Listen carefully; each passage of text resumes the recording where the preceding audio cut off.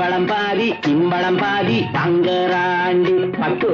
அடுத்தாத்து சங்கதி எல்லாம் நமக்கேந்தி அவன் சம்பளம் பாதி சிம்பளம் பாதி தங்கராண்டி மூன்றெழுத்து மூணு ஷோவும் பார்த்தது நீ தாண்டி